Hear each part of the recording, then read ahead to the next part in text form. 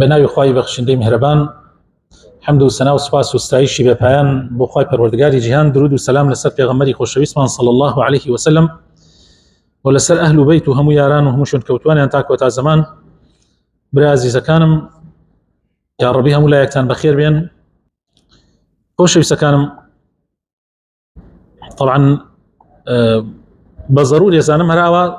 گەشتێک بە ناوی کۆچا بکەین ئینشاءالله، چونکە هینی ئێستەیە بەڕاستی و حەقی خۆیەتی ئێمە تیش بخێنە سەری. بەڕێزان، وەکو معلومە لای بەڕێستان مێژووی کۆچی خۆی بۆ خۆی یعنی مێژوویەکی زۆر زۆر گرنگە. وەکو تاریخ لە چی کاتێکەوە ئەم تاریخە چەسپیا لە سەردەمی ئیمامی عومەرە، خلافەی ئیمامی عومەر سێم ساڵی یان چوارەم ساڵی ئیمامی عومەر هەندێک کتابی بۆ ئاهات لە والیەکانیەوە، کتابەکان مێژووی پێوە نەبوو یان مێژووی ڕۆمانی و فارسی پێوە بوو. ئیمامی عومەر ئەسحابەکانی کۆ کردەوە ئەهلی شورا و پێی فەرموون کەوە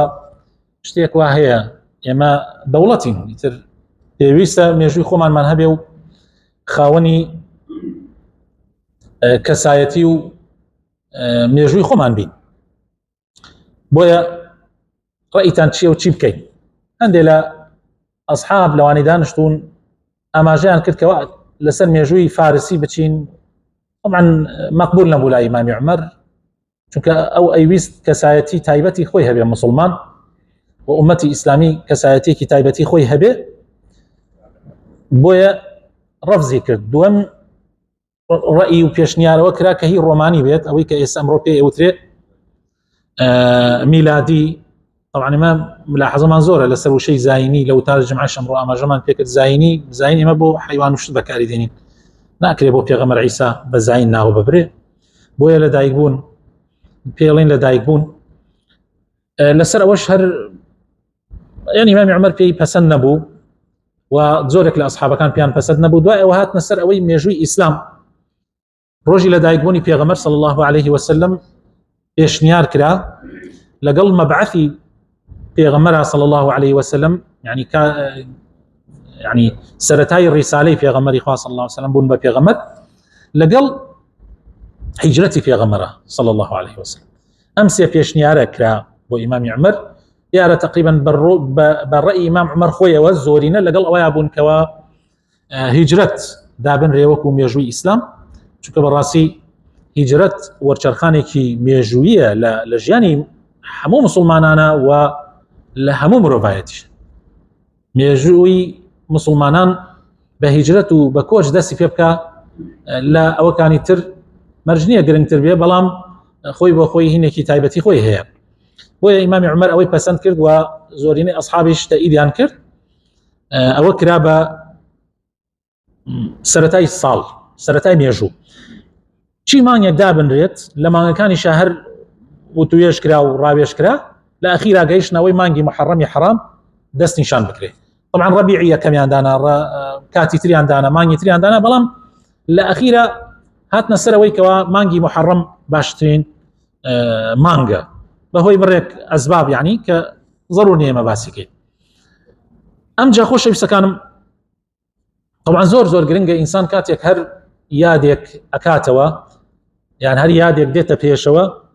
زۆر گرنگە ئینسانی مسلمان بێتە خۆیان و مراجعەیەکی ڕۆحی خۆی بکە، زۆر زۆر گرنگە. طبعا یادیش بۆ معلوماتێک یعنی بین قوسین یادکردنەوە ئەمە یعنی وە نەبێ شتێکی بیدعە بێ، بەڵکو بە دەقی قورئان ئەمە دیاری کراوە کە یادکردنەوە شتێکی زۆر ضرورە. خوای تەعالی فەرمێ وەذەکرهم بئەیام الله، یعنی یادخستنەوەی مسلمانان بە ڕۆژانی خوا. هەندێک ڕۆژەیە ڕۆژانی خوایە، ڕۆژانی سەرکەوتنی دینی خوایە، ڕۆژانی سەرکەوتنی پێغەمبەرانە. بۆیە پێغەمبەری خوا صلی الله علیه و سلم زۆر زۆر گرنگی بۆ ڕۆژانە داوە. هەر بۆ نمونە عاشورا خۆی بۆ خۆی گرنگداری پێغەمبەری خوا صلی الله علیه و سلم بە عاشورا خۆی بۆ خۆی بەڵگەیە لەسەرەوەی کە یادکردنەوە هەیە. پێویستە ئینسانی مسلمان هەر یادەکان یادی سەری ساڵەکان یان هەر یادێکە دێتە پێشەوە پێویستە مراجعی خۆی بکات بێتە خۆیان بزانم ساڵانی پێشووتری یان تەمەنی پێشووتری لە چیا بردوۆتە سەر. ئەگەر لە تاعەتی خوای بردوێتە سەر ئەوە حەقە زۆر شکری خوای پەروەردگار بکات و بەردەوام بێت و بەیعەت تازە کاتەوە لەگەڵ خوا و پێغەمبەری خوایە صلی الله عليه وسلم لەسەر ئەوەی کە بەردەوام بێ لەسەر تاعەت. ئەگەریش خوا پەنامان بدە عەکسەکەی بێ پێویستە تەوبە بکات و مراجعە بکات و بێتە خۆیان، چونکە بەڕاستی هەر دەقەوسانیەیەک لە ژیانمان کە ئەڕوا لەسەرمان حەسابە و ناژگەڕێتەوە، هەر دەقەوسانیەیەک لە عمرمان کە ئەڕوا ناگەڕێتەوە. ئەوەی کە لە چاکەیە بەسەرمان بردووە ئینشاء الله پەشیمان نابینەوە لێی و لە ڕۆژی قیامەتە بە چەند قات ئەیبینینەوە. ئەوەشی خوا پەنامان بدە لە مەعسیەتە بردوێتمانە سەر، بەڕاستی پێویستە زوو فریای خۆمان بکەین و چاکە بکەین بۆ ئەوەی خوای تەعالا بۆمانی بگۆڕێ بە چاکە، وەکو فەرمێ یوبەدل الله سیئاتهم حەسەنات، بۆ کەسانی کە تەوبە ئەکەن. بەڵێ هەندێک دەرس و پەند زۆر گرنگە ئێمە لە کۆچوەری بگرین. طبعا کۆچ وەکو مێژووی هێشتا جەنابتان ئاگادارن کە چۆن بۆ لە مەراحیل و قۆناغەکانی ئاگادارن لە کاتی دەرس و پەندەکانە ئاماژە بە هەندێکیانەکەین. یەکەمیان پێویستە ئینسانی مسلمان خاوەن مەبدەء بێ. پێغەمبەری خوا صلی الله علیه و سلم لەسەر مەبدەء و لەسەر هەڵگرتنی یعنی وەکو خاوەن پەیامێک دژایەتی ئەکرا. یعنی خۆتان ئاگادارن چەند جار مفەوەزاتیان لەگەڵ پێغەمبەر و لەگەڵ ئەبوو طالیب ئیمامیشیا کرد کە ئەگەر محەممەد یعنی هەندێک پێشنیاریان نەخستە بەردەمی پێغەمبەری خوا صلی الله عليه وسلم کە ببێ بە پیاوی یەکەمی قوڕەیش بدون منافس، وقڕەیشیش سەیدی عەرەب بوو. يعني پێغەمبەری خوا صلی الله عليه وسلم ئەگەر خاوەن مەبدەء نەبوایە یەکسەر تەنازولیە کرد، ئەتکەین بە سەیدمان، ئەتکەین بە دەوڵەمەندترینمان، ئەتکەین یعنی جوانترین، ئەگەر تۆ بەتەمای مەسەن ژنی جوانترین ژنی خۆمان مەسەلەن لە تۆ ماراکەین، جوانترین کچمان، يعني المهم زۆر پێشنیار خراوە بەردەمی پێغەمبەری خوا صلی الله عليه وسلم. بەڵام جنابتان ئاگادارن کە پێغەمبەری خوا ئەوانەی هەموو ڕەفض کرد و ئەو قەولە مەشهورە ئەگەر چی لایەنی سەنەدەوە ضعیفە بەڵام بەتەئکید بمعنى هبوه او شتا روداو بوك يا غمري خواه فرمي صلى الله عليه وسلم اگر خور بخنا لاي راستم ومان بخنا لاي تشبم بو اوي من واز لم بياما بينم لقياندني ام بياما بينم والله وازي لنا يعني يان اي جين بلي يان اي جينم يان وكو لبيناوي امرم. اما مبدأ يعني زور خوش انساني مسلمان خاون مبدأ بي ناكري من ژیانێکی زۆر پەروەردە کراوم هەر لە مناڵیەوە پەروەردە کراوم بۆ ئەوەی من خاوەن مەبدەء بم لە ئەخیرا پێغەمبەران ئاسا ئەصحابە ئاسا من ئەم دینە بگەێنمەوە بەرامبەر هەموو ناڕەحەتیەکانی ژیان بۆستمەوە لە کتوپڕێکە من یەک تۆزێ ئیغرا ئەکەنە بەردەمم بەوەی ئەتکەینە مڕەشەحی خۆمان لە ئەندام پەرلەمانە یەکسەر من بە عار هەمووی بم بە ئاوە. ئەمە یعنی زۆر زەحمەتە ئەزانن، ئەی زۆر زەحمەتە من بۆ پلەپایەکی کەم یا بۆ پارە و پولێکی کەم والله خەڵکێ مەبدەئی دۆڕاندووە لە پێناوی 30,000 معاشێکی 30,000مان مانە والله مەبدەئی دۆڕاند خەڵکێ بەس لەبەرەوەی لە کەناڵ دوو جار دەریان کردووە لە کەناڵێک دوو جار سێ جار براوە بۆ کۆناڵێک ئیتر ێواش ئامادە بووە هەموو مەبادئەکانی خۆی بدۆڕێ. ناکرێت ئینسانی مسلمان ئەوە بەو شێوە بێت. وطبعا ئێمە ئەیژزانین حاڵەت وا ڕوئەدا لە پێشیشا ڕووی داوە لە زمانی هەموو پێغەمبەرەکانە خەڵکانێک هەبوون ئەوەی کە خوای تەعالا باسێکە لە قورئانی پیرۆزە الذي آتيناه آياتنا وانية بلعام كري باعورا هاوري موسى عليه السلام فانسلخ منها حتى وكوكوتاي باس يواك خوای تەعالا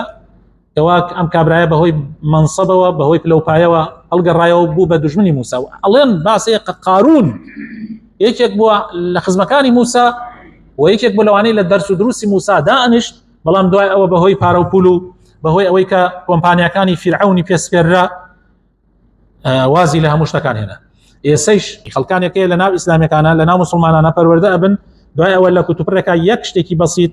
یەک ئیغرائێکی بەسیط دەخرێتە بەردەستیان کابرا دین و دنیا دۆڕێنێ. قوربانیدان زۆر گرنگە. یعنی ئێمە ئەزانین پێغەمبەر و ئەصحابەکانی پێغەمبەر قوربانیان نەدایان دینە ناگەیشتن. قوربانی بە ماڵ، قوربانی بە مناڵ، قوربانی بە سەروەت و سامان. قوربانی بە ماڵ ئەو نمونەیە کە مامۆستا سەید ئاماژەی پێکرد کە ابو يحيى صهيب الرومي كاتك دولة من يقبل لمكة كشوني في غمر كوتو صلى الله عليه وسلم يستي هجرت بك رجعان في قرد أميش برامبريان وستايا ووتي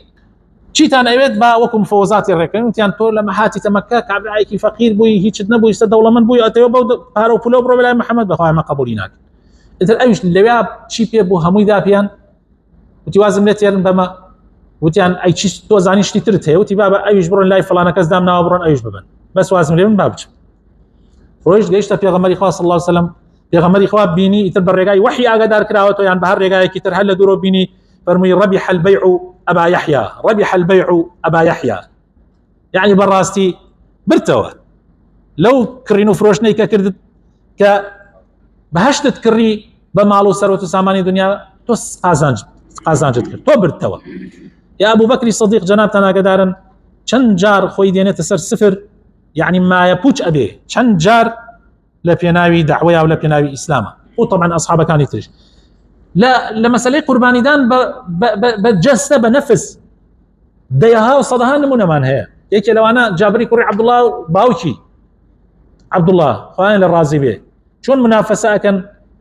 خواني عبد الله خواني كومالي كتشا روايته حوض روايته إنه ويكريه كاتي بان أكرب غزاي أحد هدي عن هلب دا برن برون عبد الله توزي قاتشي تواونيو كم أنداما جابريش جنجر الله يبارك جان تو كم أندامي تو ناتواني يعني من بريبو أيوة با من بالروم أمانة من جنج متوانا ما يوتوب ميرو لاي فرموي جابر أمام مسألة بهشته يعني مسألة بهش إلى قبونية من حزة كان بم حالته بش مناو بهشته بويا منافسة كان الأخيرة عبد الله أيباته وباوكي زور ضلي قرمتر اللي كان جاء وفايت على بلي شهادتي في بقشة وشهيدة به يا هروها مصعب يا هروها خنساء يعني بانموني دواي صحابة بيننا خنساء شوار كروباوت هر هموي لبيناوي إسلاما شهيدة به لجنگ قادسية الله الحمد لله الذي رزقني بشهادتهم شرفني بشهادتهم يعني براسي أما نعمتك زور زور قولية كإنسان آوال لبيناوي مبدأك يا دفاع بك أم نعمتك زور زور قولية بجد بسن بخواي تعالى معناه أولنية كإما تخطيط مع النبي معناه أولنية كإما بلان مع النبي أما يكيك اللي درس قورة كاني سيرة إما الحديث معناها طبعا زور آيات وأحاديث السلام زورا بس هل من أما شبه هندية كم كجاري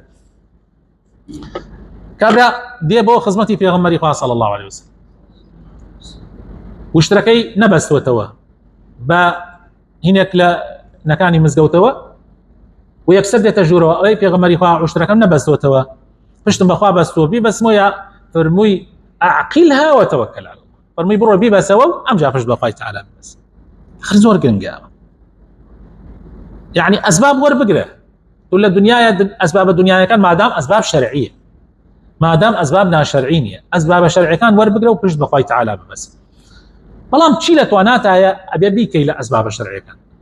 خواي تعالى جياني وادروس كله من على كد من على ناني باشي بيبدي خبي باشي هبه جورا أبي ومن على كي باش درجة تندرس درجة يعني خدمة إسلامك بلام من على كد إهمالي كي لا شون لا خوراكو ولا لا منظر اهتمام فيه طبعا لاني پرورده شو بيويسته من الله كان من پرورده بكين تو اگر لهمو لا كانوا اهمالي كي براسي او من الله تتياچي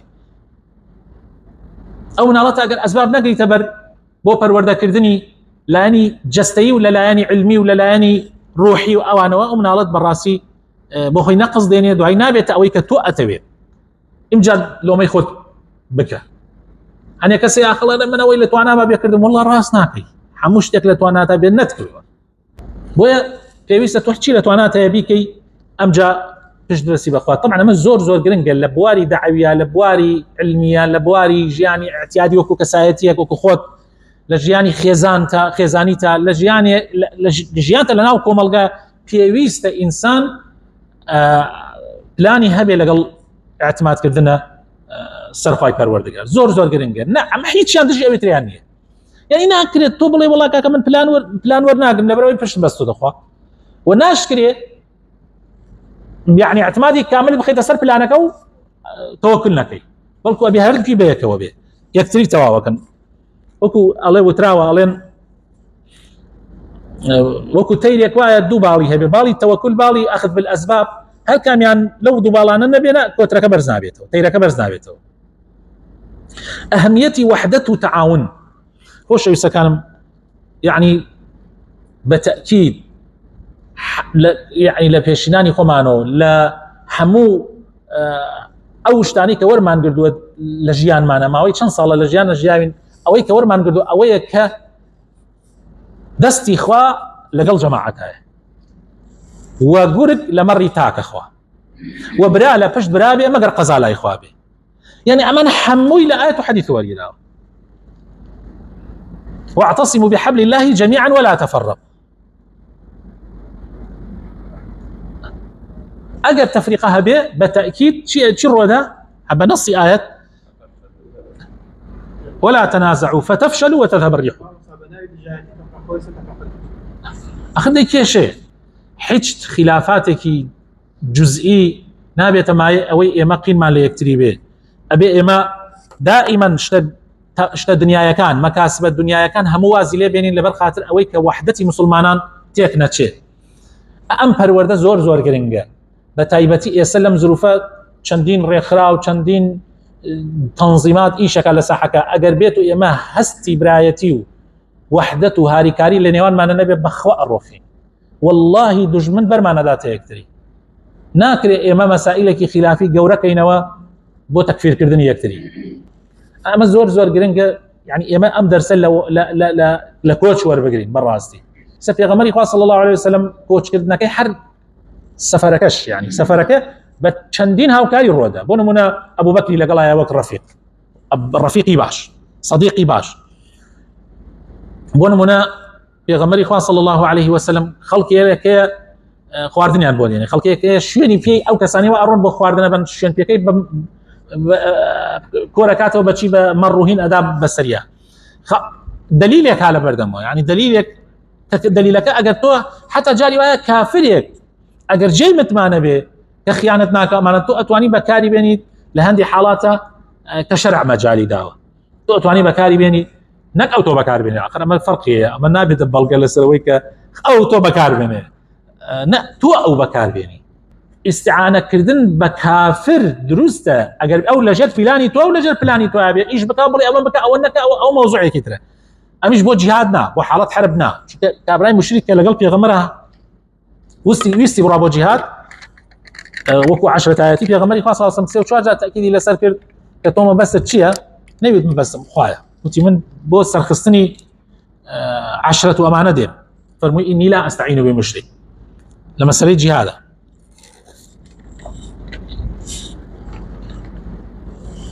كوابو زور قرنجة إنسان أما بزاني هموشتك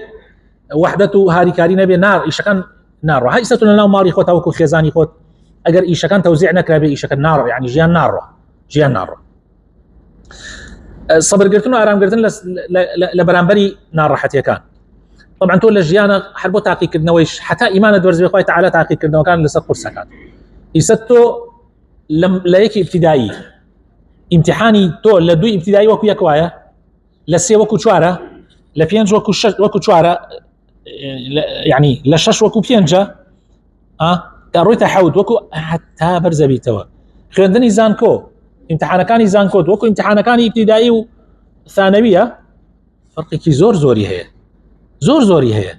كوابو تابلت برسل بي تاقي كردن وكان يشط قرستره وابيتوش ارام قرنا كزياتر به امام عمر يفرموا اللهم اني لا اسالك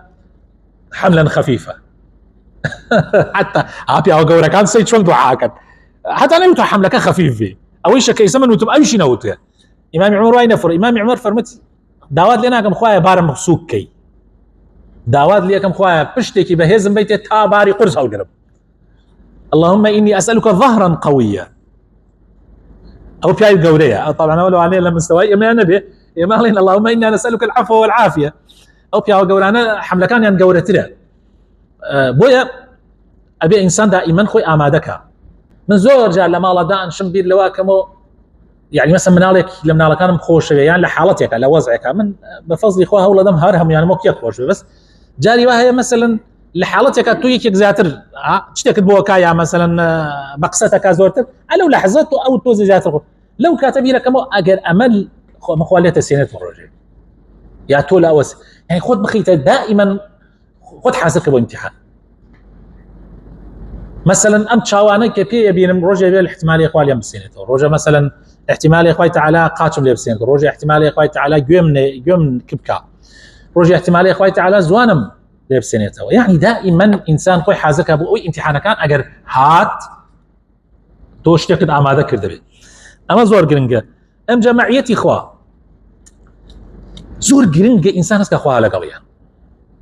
هو ابو بكر تصور ما كان واي نزاني اخوا على قضيه بس لا تلسي في غمرة اكوت بردم اكوت الدواي جواب اكوت بيشي يعني مثل بروا الروش بكم بيشي من دك على بيشي هجوم بين ام جابير ما كنا منك على دواء وليدن هات دواء ام جا كوت ما ابلاي ام جا كوت ما اولاي انت في غمرة شي زاني ام كان حريصه دني لا قال ناك بابا كيف في خوي بيته برا او ساكن الروي كاتي اشنا واش كوتك طبعا ابو بكر خيب ليناك حلا خمي في غمرة صلى الله عليه وسلم بس لا خمي في غمرة كاتي كافر كان جدينا السر اشكوتك اليت اگر ئێستا تەماشای ژێر پێیان بکەن ئەی پێغەمبەری خوامان بینن بە هەم سێکەوە طبعا بە هەناسەیەکەوە فەرمێ ما بالك باثنين الله ثالثهما ثاني اثنين إذ هما في الغار إذ يقول لصاحبه لا تحزن إن الله معنا طبعا إن الله معنا زور جرينجا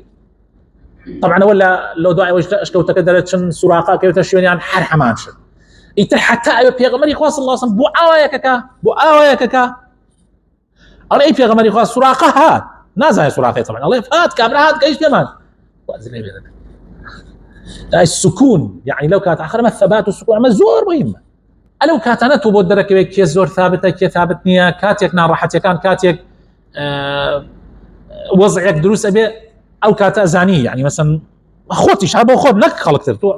خذ تعقيمك بس تعقيق خذ بو بزات شنك مهمي شنك راسك او قصانيك اي بو خلق في شر راسك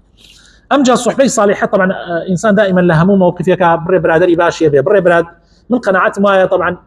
رجبيني لما موضوعه زور خرافه بلي باش نما هاوريتي كاسمك وزور خرافه زور خرافه ون زور اميد بونيش بوزعك زور خرافه يعني تو يعني وابزاني همو عالم تشاكا ودي بري برادر كوكيتو خو لا خو ناسين زور جرينجا شيء ما دعوه هوايه بس هاوريتي كردن ابي لقل كساني كي تايبتها بي هاوريتي كردن زور جرينجا اما هاوري باش اختيار كاين بو كاتي لقومان بو كاتي تنغانا يعني هاوري باش كانش طبعا لفنجيدس زياتر ناج يعني تو اتواني بقدري فنجيدس به بس مهمه تو بزاني امانه لكاتي بالفعل لكاتي تنغانا لقلطان بالفعل امانه بياوي ميدانا اجل كسيك التاقي كردوا براي بجدو لقلطه من نصيحتي كبرانم هي باساني دسي لي برمده باسا وزير عياري بسوچواره نابي دسي لي بردي اگر كسي دلنيا بو كشعيسته دسي لي برمده وازي لي مينه بلام بچاي ملائكه شو تماشاي من دا كرم خوي تعالى بخاتنا وجوانا كان يخور رحمن فيك هدايه من كان دا مزرعه من كان سرين دارتي ولسر اسلامتي